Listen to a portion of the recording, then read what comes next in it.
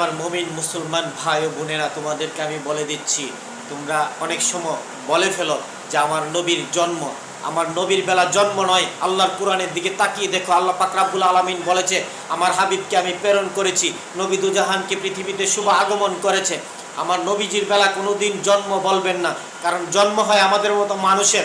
আমার নবীর বেলা কোনো জন্ম নাই। আমার নবীকে আল্লাহ পাক রব্বুল আলামিন পৃথিবীতে শুভ আগমন করাইছে 12 রবিউল আওয়াল সুবে সাদিকের সময় পৃথিবীতে আমার নবীর শুভ আগমন হয়েছে। পৃথিবীতে আল্লাহ পাক রব্বুল আলামিন আমার নবীকে প্রেরণ করেছে। কথাটা এক স্পষ্ট ভাষায় মনে রাখবেন। 12 রবিউল আওয়ালে আমার নবীর জন্ম হয় নাই, আমার নবীর জন্ম হয়েছে সে আল্লাহ পাক রব্বুল আলামিন যখন আসমান জমিন আরশ কুরসি লৌহ কলম ইহকাল পরকাল কোনো কিছুই ছিল না, তখন আমার নবীর জন্ম। তখন পৃথিবীতে আমার নবীর জন্ম হয় নাই, পৃথিবীতে আমার নবীর শুভ আগমন হয়েছে। আসসালামু আলাইকুম ওয়া রাহমাতুল্লাহি ওয়া বারাকাতুহু।